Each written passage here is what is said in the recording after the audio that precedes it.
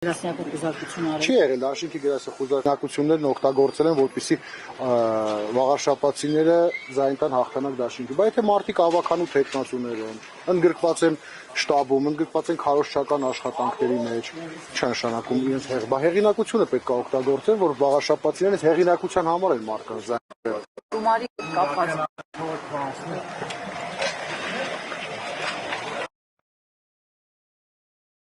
Գումարի հետ կապված խոսակցություն մեկը փորձել է ընտրողին կաշառի եւ այլ։ Խոսակցությունները ուղղորդել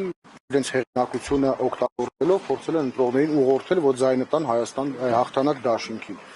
Այդ նույն հոդվածով բոլորին կարող են, բոլորին, ով իր ձայնը տվել է 10,051 անձին, կարող են քրեական հետապնդման ենթարկել, որ ինքը ընտրել է հաղթանակ դաշինքին, վստահ եմ յուրաքանչյուր ընտրողել գոնե իր ընտանիքի անդամին կամ իր եղբորը կամ քեռու տղային հաստատ ասել է, ես դες կոչ եմ անում, ես ինքս էլ մեր թիմով բոլոր քարոզարշավի բոլոր օրերին բարձրաձայն լրատվամիջոցների աչքի առաջ ասել ենք ձեր ձայնը կոչ ենք անում, որպեսզի տակ հաղթանակ դաշինքին։ Բախաչելյան, չգիտեմ, այս հարցը հնչել է արդեն, թե չէ, քննչական կոմիտեն դեռ չի մեկնաբանում լրատվամիջոցներին, թե ինչ է կատարվում, բայց Նիկոլ Փաշինյանի ընտանիքին պատկանող հայկական ժամանակում են որոշակի տեղեկություններ հայտնվել, որ հաղթանակ դաշինքը ընտրությունների ժամանակ փորձել է տարբեր մեթոդներով ազդել ընտրողների կամքի վրա,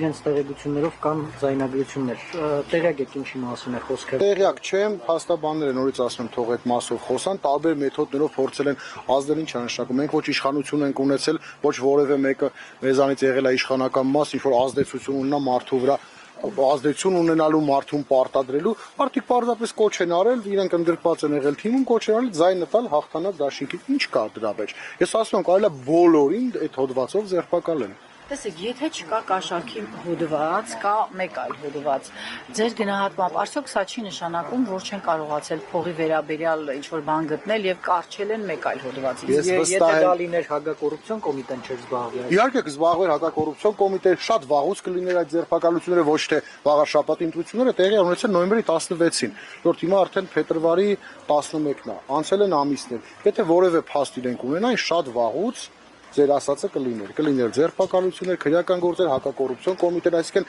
այս մարդիկ ամբողջ իրենց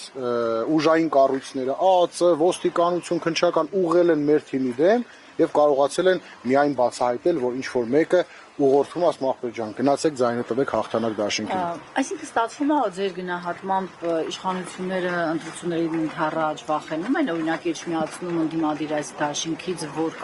կարող է գուցեև այստեղ իշխանությունը բավարար չափով ձայներ չհավաքի։ Բնական, որովհետեւ մենք ընտրությունների արդյունքները տեսել ենք, չէ՞, մենք 30,000 ընտրողից հավաքել ենք 10,000 ձայն։ Իրենք իրենց վախերն ունեն, այս վախերը հիմա դրսևորում են ընդառաջ ազգային ժողովի հունիսի 7-ին տեղի ունեցող ազգային ժողովի ընտրություններից առաջ, բնականաբար սա քաղաքական գործ է, քաղաքական հետապնդումներ են, սրանով փորձում են վաղարշապատցիների մյուս ընդդիմադիրներին վախեցնել, որ տեսեք, ով փորձի ընդգրկվի